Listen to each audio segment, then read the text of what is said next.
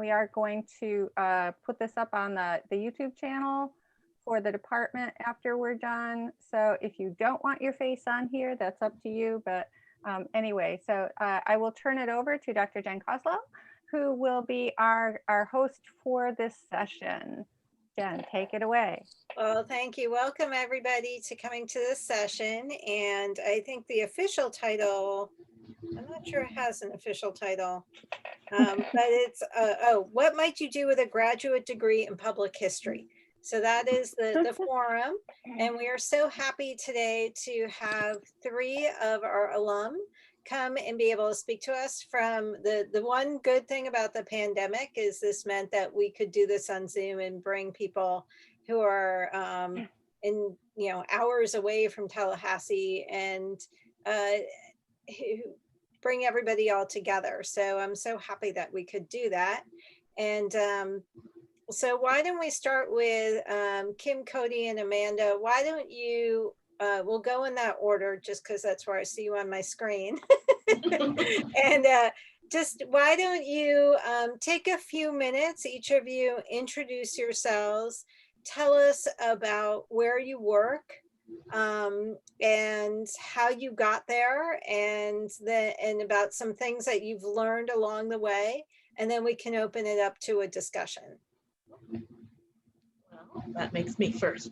Yes. So I'm Kim Weismantle. I'm the education director at the Old Davie School Historical Museum, which is a 102-year-old school building in South Florida. The oldest existing school building, first built in the Everglades in 1918. And so as the education director, I do the field trip programs, special events, working in the museum exhibits, kind of developing the museum exhibits in the archive, kind of like a catch-all. There's really only 2 of us that work here, so it's pretty much anything that you got to do, you do. And with the pandemic, it's all a little bit different now. I'm just switching to doing virtual programs, which is a whole new world. It's a lot of fun to try and figure it out, whatever we're doing. But I started here in 2013, actually, as my internship for the public history program. And started here, and then they hired me after the internship, and I've been here since. And it's I'm from the area, so it's my hometown, and so it's really neat because I didn't know all of the history here growing up, and so that's really been like my driving goal, is that kids who grew up here should know the history here. So it's been a lot of fun. I love it. But any question? Anything else missing? Or? I think that's a good start. All right, Cody, why don't you introduce yourself?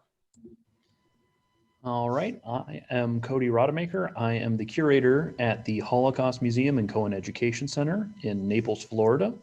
Sort of like what Kim was saying, is like I sort of wear many hats. With a lot of small institutions, you usually have very small staffs, especially curatorial staffs. So as I put it to a lot of people, it's like, as a curator, I'm doing exhibit design, writing, redesign, registrar work, collections management. So a little bit of everything. So if it's pretty much in the wheelhouse of public history, I have pretty much done it at this point for the museum, including historic preservation a little bit, or at least some recommendations for it. So how I ended up getting my position actually is sort of an odd one. I came back down to the Southwest Florida region because my family member in Fort Myers. So while I was looking for work, I was actually helping a family member who was not doing so great. So I ended up looking regionally for places that I could keep my skills sharp. So following like my internship at like the State Archives of Florida and things like that, I wanted to make sure that I continued keeping those skills I picked up in the HAP program strong. So I reached out.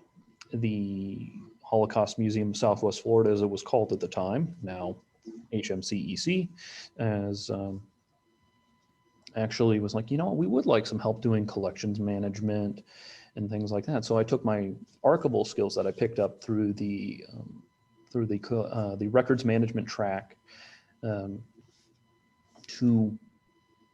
really get my foot in the door.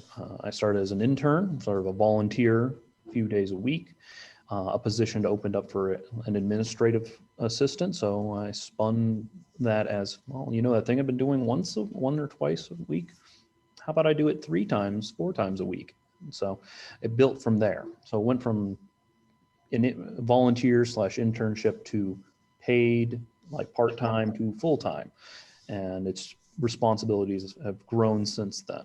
And we actually just moved last year. So I got to actually write an entire museum's exhibition. And that was quite the task, one I'm very proud of. So some good opportunities here for sure.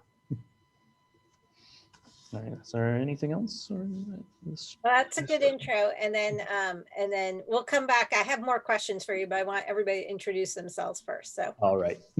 Perfect. I'm Amanda Meter, and I'm, I guess, the very non-traditional alumni that is speaking today. And so I am the Director of Strategic Philanthropy at Parish Episcopal School in Dallas, Texas. And so what that means is I oversee fundraising for the institution, special events, alumni relations falls through the development office, as well as right now we're getting ready to celebrate our 50th anniversary. So my public history degree has come in handy as we have had to bring on a contractor to help us archive our history as an institution and things along those lines. And so how I got here, it's a great question. And I went more of the museum studies route through my HAPH time. And so I really focused even then in more of the development field that had always kind of interested me. And so both of my internships through grad school were in development offices at museums, both at the Mary Brogan in Tallahassee. And then I also interned at the Smithsonian's development office for a summer. And so why I'm not at a museum now is I was so fortunate to graduate 08-09, where the market was a little similar to right now. And so I was very fortunate in that I ended up, my first gig out of grad school was at the FSU Foundation. And so I started working in educational philanthropy and then kind of stayed that course. And my career, as you will find with most fundraisers, has taken me all across the country. So I went back to DC. I was in Colorado for a few years, and I'm on my 6th year here in Dallas. And so I would say things I learned along the way. Obviously, this is my fundraising hat being on, but I would say network. Without my internships, I never would have gotten any of my positions that I ended up getting. Including just being able to get my foot in the door, which then actually led to the job that brought me back to DC, which then connected me with the people who took me to Colorado. And so for me, I would say keep an open mind, especially with we're kind of back into a non-traditional economic situation here. And so things along the way, just keep an open mind, learn everything you can. That's a great intro for everybody. So let me ask all three of you, what is the most exciting part of your job? And also, what is the most difficult part of your job? Is this within this year or in general? 2020, just. Right, well, yeah, COVID has added a new level of difficulty. But I guess even before COVID, or if COVID is the most difficult part, but yeah, just most exciting and most difficult things that you have faced along the way. Well, I love, my favorite part is field trips when we have kids here. We usually, our programs, we can do up to 100 kids a day. We wear old-timey clothes. We take them out to wash laundry on a washboard. We'll make butter or orange juice. And I just love when they're here and when you're talking with them and you tell them something and they just go, oh, or there's like that like aha moment. It's the best. That's the best part is when we, even on our regular group tours too, just through the museum, that's the best. That's my favorite. So not having that, it's been very difficult and trying to figure out how to still get people to have that experience, even if it's from home. We're small, like I said, and volunteers, I think has been the hardest part, just finding, keeping and training and doing that. That's something that is ongoing kind of in and out. We had a great core before COVID, and they were the older population who it's safer if they're not out in about. So kind of trying to hang on to those guys while we get through this and hopefully bring them back. So that's kind of just been a little bit.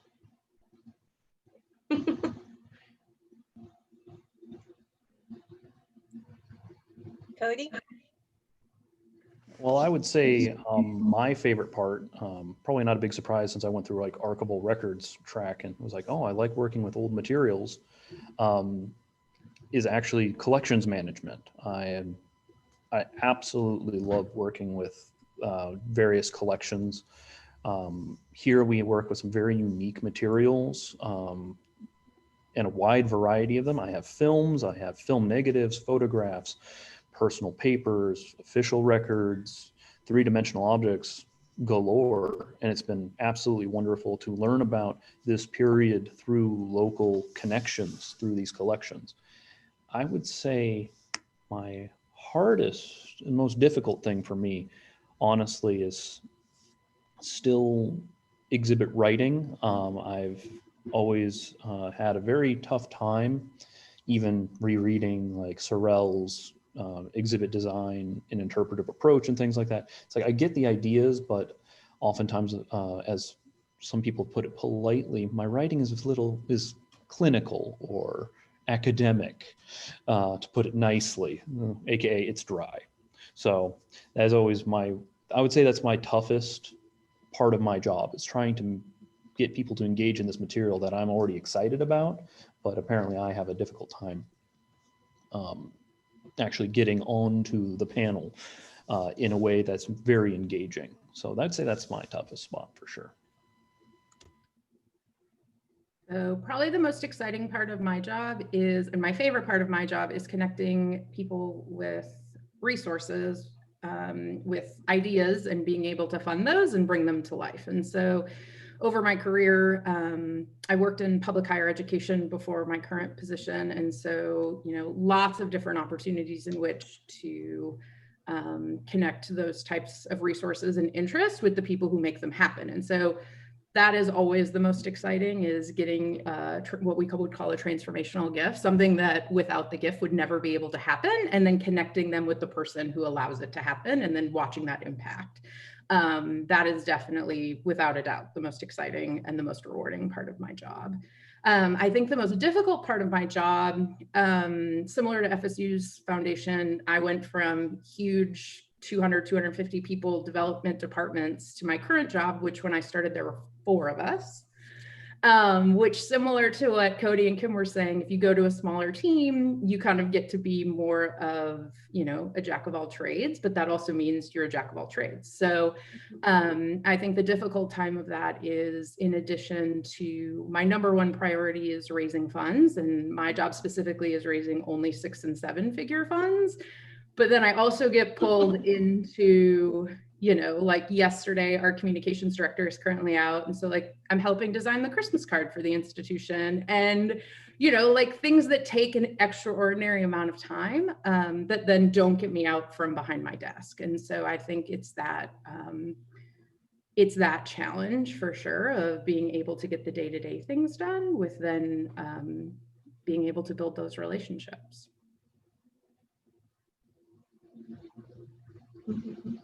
So what's something you all wish you had known when you were in the program that you did, or now that you're out of the program, looking back, what is something you wish you had known, taken, done, or something changed while you were here at FSU, now that you've all been working in your jobs and very successful? And so tell us what you wish you had known, like back when you were in grad school. I'd say just kind of like diversifying what experiences you have, because I worked at the Tallahassee Museum when I was in Tallahassee, and so I had a lot of experience with the education programs. So I knew that's kind of the direction I wanted to go with museums. But like I said, like we keep saying, you don't just do the one thing. You got to try a little bit of everything. Like exhibit writing, I've been doing a lot of that, which is, you figure it out as you go. But maybe if I kind of incorporated something a little bit during grad school that would have a little bit more. So just trying a little bit of everything, even if you think it's not the avenue you might be going, you just try it because you don't know. And yeah. I would have to agree with Kim, honestly. Like going into the HAP program, I had already done like registrar work for a senior seminar and things like that. So I kept sort of along those lines, and I really enjoyed that. I didn't realize that my first job, and honestly my career so far, you know, nearly a decade at this point, would be such a broad topic or broad subject, or again, jack of all trades approach to learning. So definitely diversify. It includes various skill sets. Like I learned on the fly Photoshop, Illustrator, and a couple other programs.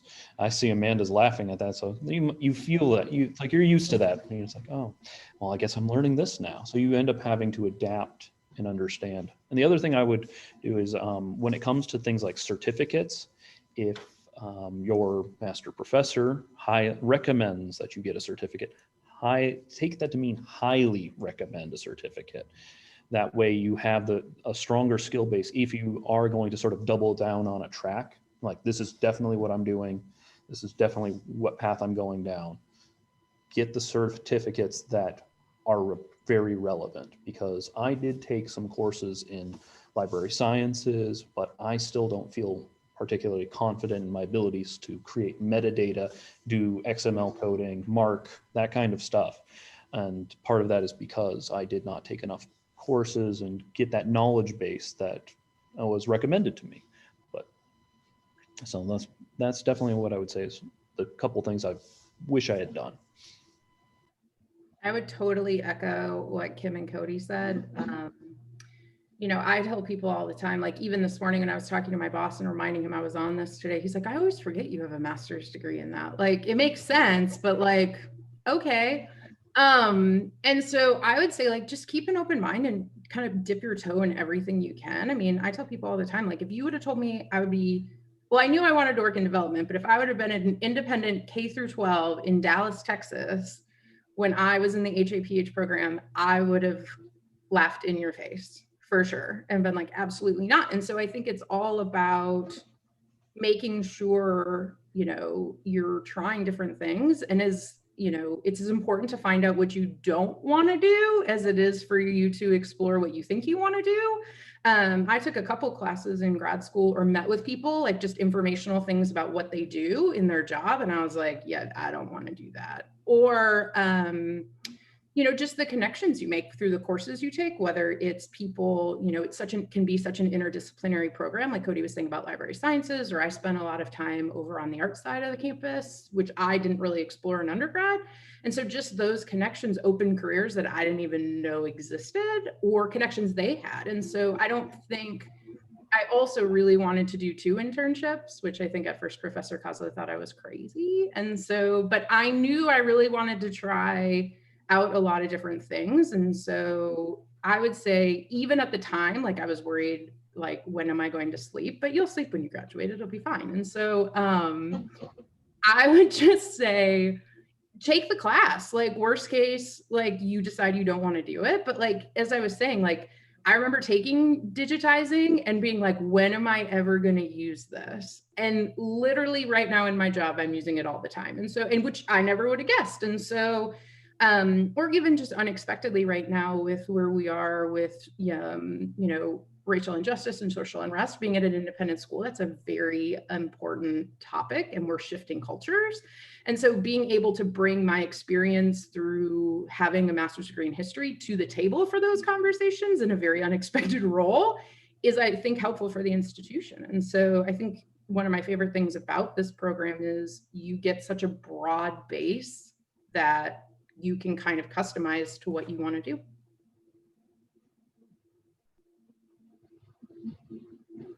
I love that.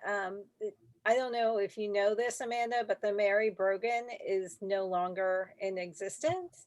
Yeah, it's possible. So it is very interesting that between the places that you all interned, like Kim, you went back to the place, like there's still, like you helped keep that place alive. Mhm. Cody, you're in a place that was just in its formation. And then Amanda, you did one of the oldest institutions in the United States, and then one that ended up collapsing after, right? Which I don't know. I remember there was another person who interned there, and her coming back and telling me, I think there might be some issues in this place. So I think that's one of the interesting things about internship is you're a little bit like a fly on a wall. I wondered if you guys could all speak about I mean, the internship certainly got you networking experience, but what else did you find that was useful about your internship experience and advice that you would offer to other people about where they might intern and the kinds of things that you notice that are really great about an internship and the kinds of things to look for where you might see some issues? When I started my internship here, it was kind of like just jump in and figure it out. And I would say there might not have been, there wasn't like a clear mentor as a guide to what we were doing. It was, we're doing school field trips. You're doing school field trips. And I've been doing school field trips since. And so if you, I think just like a clear, like a mentor to guide you would be really nice. In my undergrad, I did an internship at the Tallahassee Museum. And with that, I feel like it was in the education department, but kind of got a broader sense of the workings there.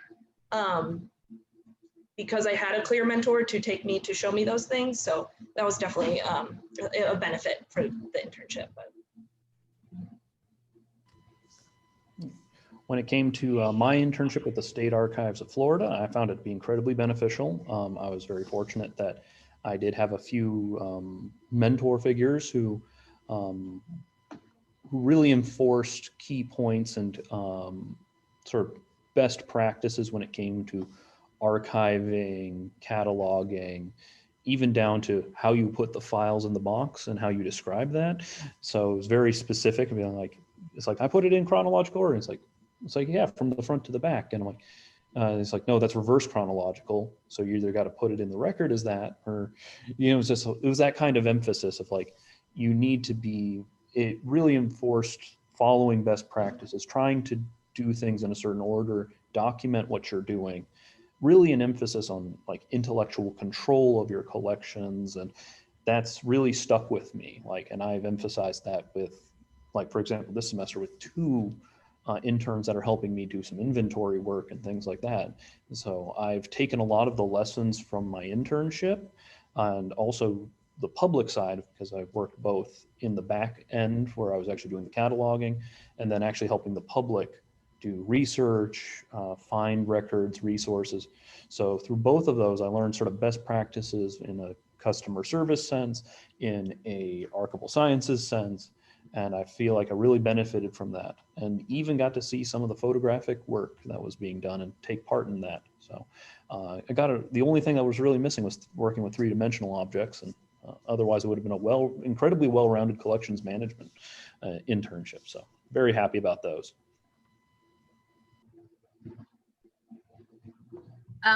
Professor Kozlov alluded to, so I would say number one, apply to intern like anywhere you think you could ever want to intern. Like I did undergrad and grad school at Florida State, and so I knew when I interned I wanted to get out, as I said. Like I would like to spread my wings and go somewhere else for a little bit, and so I applied to the Smithsonian thinking like, I will never hear anything back, but if you don't throw your hat in the ring, like you're not in the game. And so I was very pleasantly surprised to get an interview and then be chosen. And so the Smithsonian runs an enormous internship program. There are hundreds of them, or of us, I should say, every semester. And so they have a very structured program, which is fantastic because they had all these like intern mixers. So you got to meet other interns, and then would do like, you know, we had access to the secretary who runs the Smithsonian, and they run like a really thorough program because they've done it a long time and it's the Smithsonian. And so what was very cool though was there were 5 development interns the summer I was there, and we all were from different universities across the country and all kind of just dipping our toe into whether or not we wanted to work in development. And we were assigned to all sorts of different departments. And so, but we officed all in, I think it was a storage closet. I don't know, but we were all like on card tables. Like it's not nearly, you know, it's a federal institution, so it's not nearly as glamorous, I think, as people think it is. But I will say, like, they put me to work. Like I worked for both the directors of corporate and foundation relations, and so they were basically like, we'll put you on as a member of the team, or you can stuff envelopes. Like that's your choice. And of course I was like, all in. And so I got to help with corporate membership events. That was the summer that Sony did the big sponsorship and they reopened Oceans Hall. That was the summer when National Museum of American History was still closed to the public when they were redoing it. So I got to go in while they were trying to solicit all sorts of corporate and foundation support and take people in the vault and show them where the exhibits were. And it was just this really incredible experience that broadened my horizon to what I could even do once I got out of grad school, or the reminder, like I wasn't going to be in grad school forever. And so like, figure it out. And so hands down, I mean, I still talk to the 2 girls that I shared my card table with, one of which is also still in development and was in DC and now is in LA. And then the other one works in banking. So I don't know exactly what happened there, but another example of just, you never know with your internship where it'll go. And actually, my bosses from the Smithsonian left a while ago, but through them is how I went back to DC after grad school. Another development person was looking for someone young in their career. And so they threw my name across the table and I got a phone call, and that's how I ended up moving back. And so, and then on the flip side, I would say, as Professor Kozol alluded to, then I went to the Brogan for my last semester, which was fascinating. And it was me and actually another intern I still talk to who was a communications major. And we also like officed in the same little cube together, and just was a very different, less structured, kind of jump in where you want, but also really fascinating to go from like this giant bureaucratic historic machine to more of like your little like smaller, kind of what the majority of museums in this country are like, right? Like, and so it was a really fascinating experience. I also have like very fuzzy memories of that internship because that was the semester that I was finishing and defending my thesis. And so I remember the day that I defended was also the same day their big fundraising event was the Florida Wine Festival, and those happened to be scheduled on the same day. And so I went straight from my thesis defense back downtown to help set up. And so, but to me, like, that's actually the perfect example of someone in my career. Like, that's how all my days are when we're not in COVID. And so I just think the internship piece of this program is what really sets it apart. And also I would say, you know, I know Professor Kozol keeps a list of where all of us intern. Most of us still have connections where we were or other places. And so the other thing is, especially coming from higher ed and now working in education, every year I get an intern assigned to me still. And so I try to do a really good job of giving them things that actually will build their skill set versus just putting stamps on envelopes and data cleanup and the things I still have to do, but that actually give them a better idea for the job. And so I would say too, the chances of you going through an internship and then having an intern are probably pretty high. So just keep in mind the things that you realize we all have to sometimes do versus the things that you think would be helpful. I remember one intern said to me, I don't understand why I have to clean the glass of the exhibit. I was like, well, because that's part of the job. Like, you know, if you want to be trusted to write something, you have to have that balance between there is going to be some grunt work, but if you're only doing grunt work, you need to let me know, because then I can talk to somebody about like, why is this person only doing, you know, putting the stamps on the envelopes, or in this case, cleaning the glass, but but a great balance. Okay, one other thing too, like what have, so you alluded to this a little bit about customer service skills. What has been your most surprising thing that you had to learn about customer service that you didn't anticipate in grad school, right? We read all these books, but now you're working with public audiences. So something that has surprised you about your and even how to learn customer service skills, suggestions, ideas. When I always say when we're giving, I don't know how to teach it, but when you're giving tours, kind of reading the room of, are they interested in this part? Maybe not, we can kind of scoot on to the next part, and or maybe they're there for a longer tour and we could spend longer time, or, you know, they're only here for a half hour, so let's get it done. So just kind of, and number one, just asking what they want, what they're interested in doing there first off, but then kind of gauging as you go along. And then that's just with the museum exhibits. I'm not sure.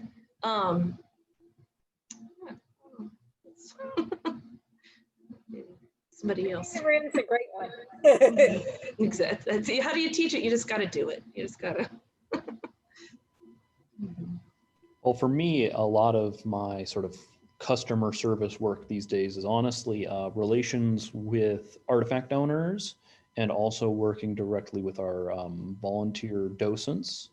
So I try to keep them up to date and try to keep them in mind when we're doing updates to exhibit spaces and things like that.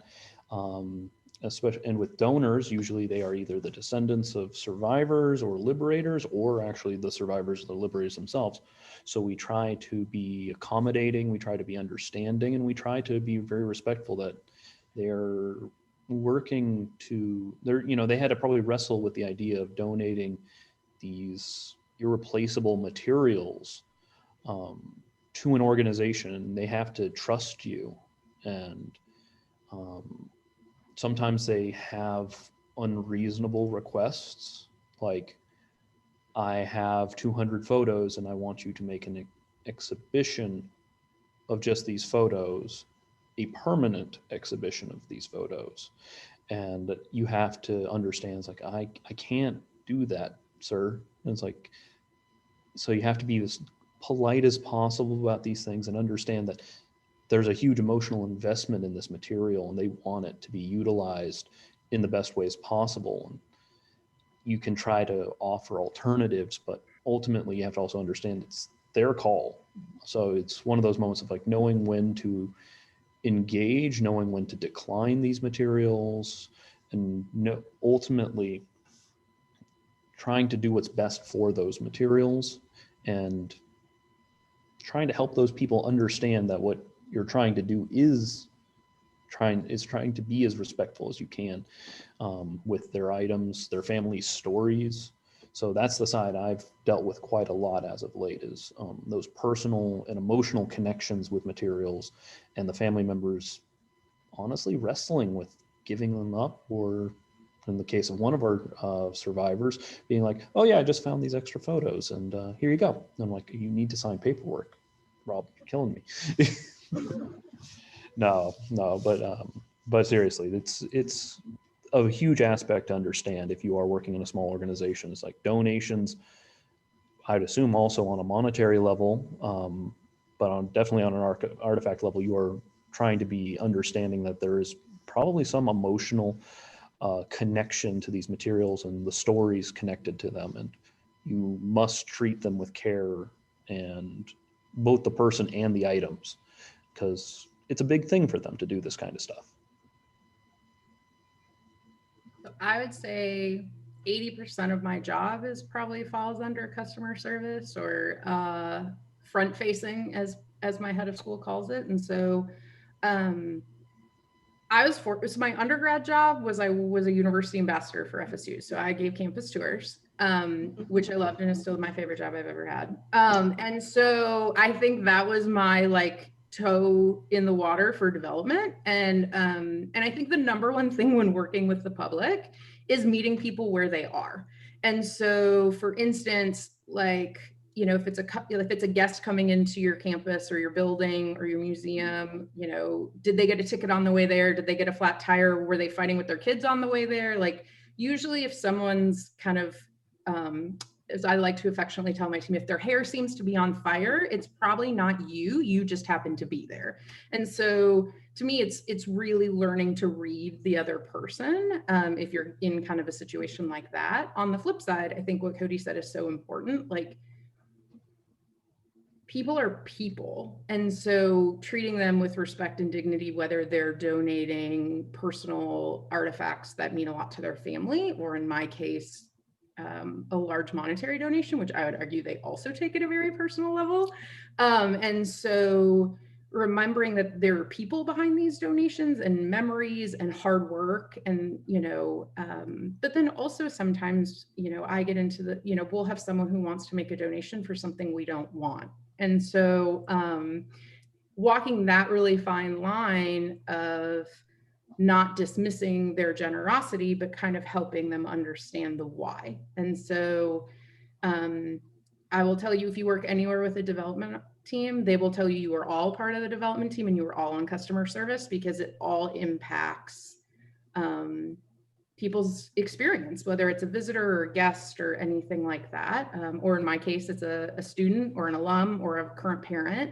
And then the other thing too, from a customer service standpoint, which was also alluded to, I work really heavily with our board, which is kind of a different volunteer situation, which usually also incorporates a bit of a monetary commitment. And so there's a lot of really octopi tentacle situations going on there, but they also tend to feel as though they have a more invested interest in the institution, because they oftentimes do. They have different access. And so just remembering, I think at the end of the day, if you get into a, you know, like, people are people, like, we're not infallible human beings. Like, people have good days, people have bad days, and just meeting people where they are.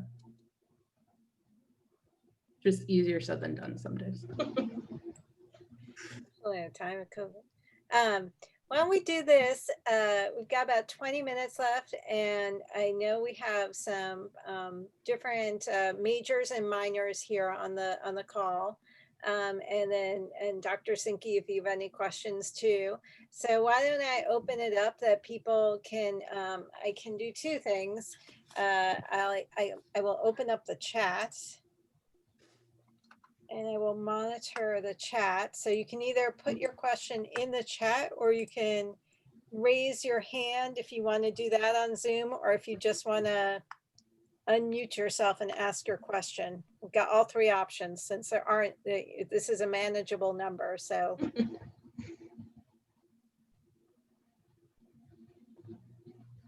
Celia, I see a hand raised. All right, so unmute yourself. I just wanted to thank you guys for joining today. This has been really helpful. I'm a first semester public history student here, and I was just wondering if you guys have any advice with trying to do internships and trying to make ourselves marketable during this time of COVID for when we graduate and try to find positions after our 2 years here.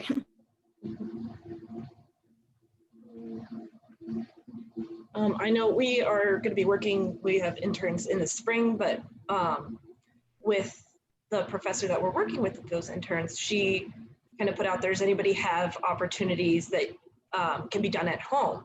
So I know that while we're here, we have like oral histories that we need transcribed. So that's an opportunity that doesn't have to be done in the museum. So kind of maybe reaching out for those different kind of things. So I know we're gonna have 2 here, but probably a few more at home helping out with those. So just again, diversifying and trying different things.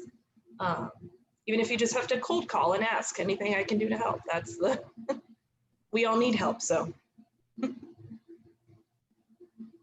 Yeah, I would totally agree with Kim. I mean, I think without a doubt, every organization needs assistance right now. It's just finding the 2 seconds to even realize what that would look like. And also, I mean, we're all in this really odd, I hate this word, unprecedented, that and pivot, my two least favorite words right now, but we won't be in it forever. And so I think number one, it's training you for a career in a world to be flexible, which we're all going to have to learn to be. I think everyone's workplace agrees right now, we're not going to go back to how we were. We just don't know what that's going to look like. So I would say, I mean, now might be a good time to try out some of those things that you're not quite sure you're interested in, but you might be, and then you could always cross them off the list. But definitely, I would say, I mean, people need assistance with things that, I mean, you can do from home. Like my office, the entire advancement office right now at our institution is working from home. Like we're coming to campus very rarely. So it, but there still could definitely be things.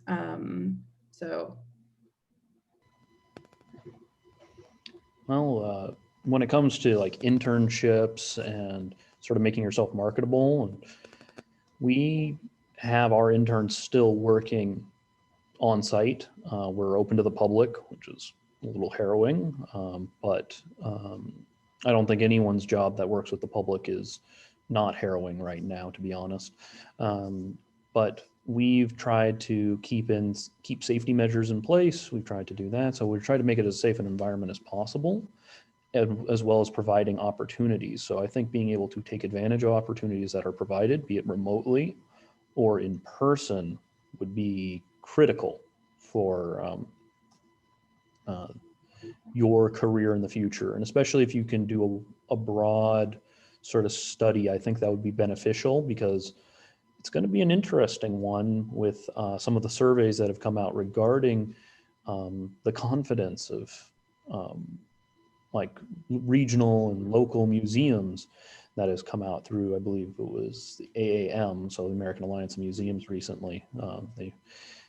It's looking interesting, to put it nicely. So having a broad set of skills will allow you to be flexible, be adaptable, and if you need to, move positions in a relatively seamless manner. So I think getting a broad understanding of a field, what you want to do, and more would be good.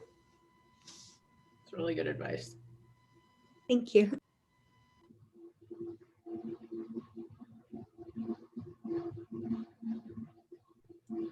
Rachel has a question. I'll read it out loud. And it says, thank you for speaking with us today. When you approached the job market after graduation, how did you decide whether to focus on applying for jobs in your specific career path and being open to other opportunities? How do you balance between being open and wanting to pursue a specific career? I'll go first. So as I mentioned, I graduated in 2009, and which was just such a fantastic time to come out looking for a job. And which is probably what a lot of you guys are facing right now. So I definitely empathize with where you're sitting. I knew I wanted to work in development. And so to me, I really wanted to work in a museum, but they were kind of the first people to not be hiring. And so I kind of looked all across the board on other organizations that had development departments. And initially I thought I wanted to go into one side of development. And honestly, and hopefully you guys will laugh at this, I ended up having to move home for 6 weeks, and nothing incentivized me to find a job faster than having to move home. And so, and I love my parents, and Professor Coslow knows them, they are lovely people, but I hadn't lived at home since I went to college. And so, so I ended up taking a job at the FSU Foundation in a department I didn't really necessarily want to be in, but I knew it would put my foot in the door and connect me with where I needed to go. And so to me, it was kind of get your foot in the door and just kind of go from there. I mean, I think, you know, I have a mentor who says to me all the time, your next decision is not your last decision. Whatever job you get is not going to be the job you have when you retire. And so get some great experience, network, connect with people, and then keep looking for something else. Yeah, but it's, I don't know. It's funny how it will take you, because I knew I wanted to do education, but how I got into the public history side was completely different. My undergrad is actually in recreation and leisure services. which is I wanted to major in summer camp. And so from there, that's when I was working at the Tallahassee Museum and working with kids in that way, but doing the educational side led me to the museum side of it. And so that took into this and kind of combining those. So if you have an interest that maybe it's not on the direct line, you could follow that. You don't know where it's what will happen. Yeah, my favorite story is when I was in college, one of my, talking about like your next decision is not your last decision. I wrote that down. So one of my friends was an intern. She was a poli-sci major. I'll forgive her for that. But she was interning. We were in Madison, which like Tallahassee is the state capital. So she was interning for a state senator named Russ Feingold, and she got to drive the van that took him to, she was interning, then he trusted her, and she got to literally drive the van to him to his events. And he got to know her, and he ran for US Senate and he won. And then he pulled her to DC, and she got to write letters. So every time you write your congressperson a letter, there's some young person sitting there in an office writing you back, which way the senators approve, but that's this other person doing the grunt work. And from that job, she ended up working in the Clinton White House in the event office there. And then from that job, she was pulled into the Department of Education to be the assistant to the person who was appointed to run the Department of Education. And from there, that person got appointed to be the ambassador of Switzerland and took my friend as the assistant to Switzerland. So now she's the assistant in Switzerland. So yeah, she ended up going back to grad school in business and was working with green recycling for Best Buy, and now works in state government in Minnesota.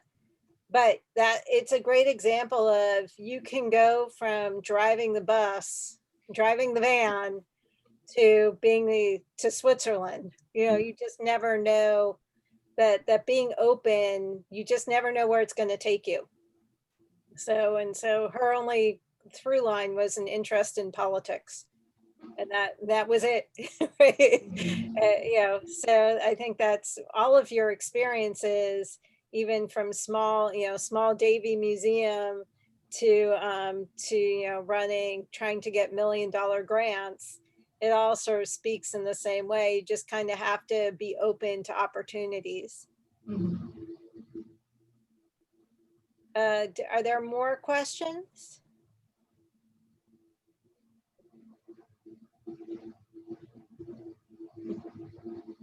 Well, I guess last thing I would ask then is one final piece of advice you have to give to people.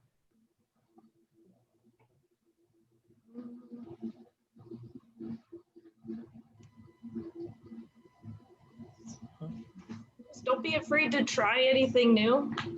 At one point, Cody, you were saying how you learned how to do what is it called? Photoshop. Photoshop. I haven't figured out Photoshop yet, but I do everything in PowerPoint. So I'm afraid I don't do computers. But if it can't not be done in PowerPoint, it can't be done.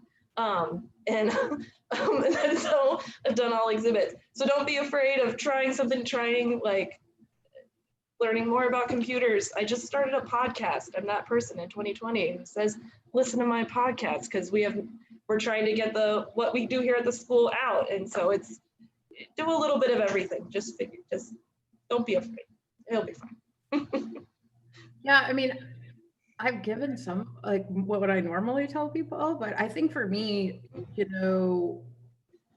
just be open. Like, this world is changing so fast right now that, like, I think deciding when you graduate exactly what you want to do, or having a specific like job title in mind. Like, I get asked all the time, like, what do you want to do in 5 years? And I'm like, I don't know. Like, I mean, I think just really exactly what Kim has said, like, just be open. I mean, every job I've ever had never existed before I had it. So, and that's specifically just because, that's how life works. Either you fit a need within the organization, or someone talks about, hey, we need this job. Oh, okay. Well, I went to grad school with Cody and he kind of now is doing something similar. And so let's call and see if he's interested. And so, like, that's much more how the professional world works than it used to. And also the other thing I would keep in mind is the world is very, very tiny. And so, especially in our field. And so, one, every time you make a connection with someone, you probably already know 4 other people they know, or vice versa, or you'll be surprised how then they'll show back up again later. And so that's what I always say, like, no matter someone's job title or how you meet them, you probably will meet them again. And then also, so be nice to them. And then also just be open, because you just never know.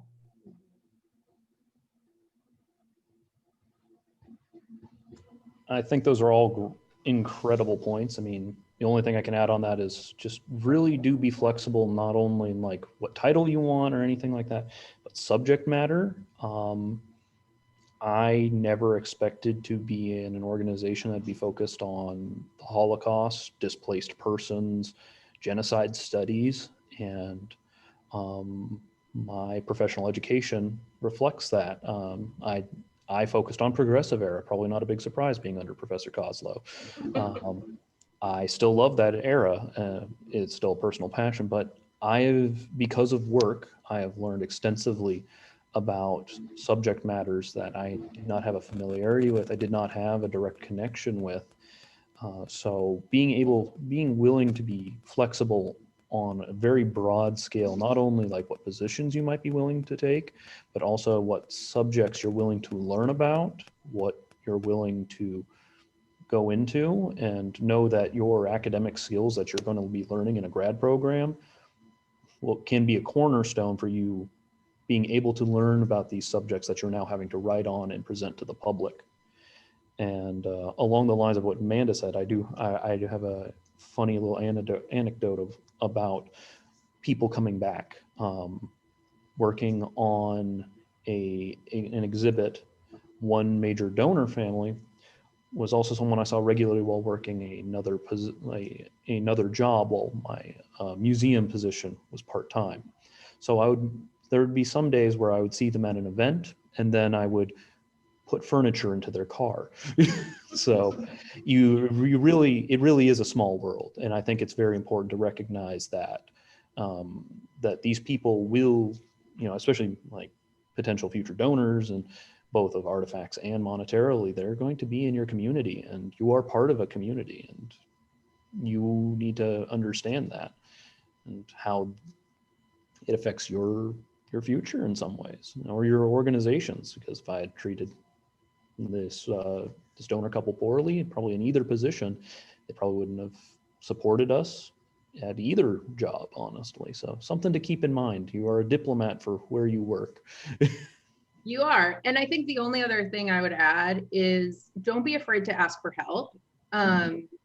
I think I learned that far too late, or not that I'm that far into my career, but I wish I would have learned that a lot earlier, that usually people are happy to pick up the phone and make a call on your behalf, or give an offline reference, or open a door for you that, when I was 22, I would have been terrified to ask anyone to do that. And I'm always like, when I find out someone wanted a job and I know, the head of the organ, I'm like, why didn't you call me? I would have been happy to call. Like, it's not nearly, I think people are shocked if you don't. And so I would just say, I mean, not like everyone in your phone, but leverage those connections. I mean, the world is, we were saying, I mean, you'd be surprised how small it is. And so the people who know you best, especially in a job market right now, it is those calls that will help you get the interview versus having an outstanding resume. And I'm the perfect example of that. I never would have gotten my interview at the FSU Foundation if Dean Laughlin would not have called on my behalf.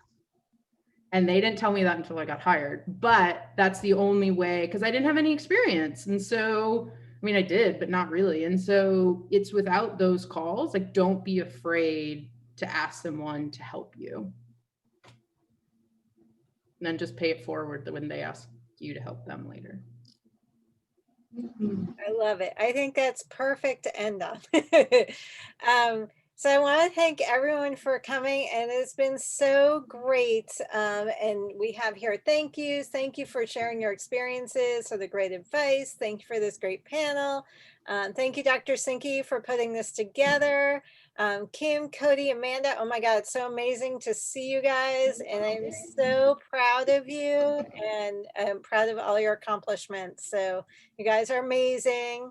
And yeah, Thank you, Dr. Thank you. Yeah, thank I you. appreciate that. Thank you so much for coming. We really appreciate that. yeah. So be safe and be well. And maybe sometime when this all ends, we can have a huge in-person reunion. You never know. Yes. Bye. And then, Bye all. Bye. Thank you. Dr. Sinke, what do I do here? Do I hit stop recording? I can do that. So. Okay.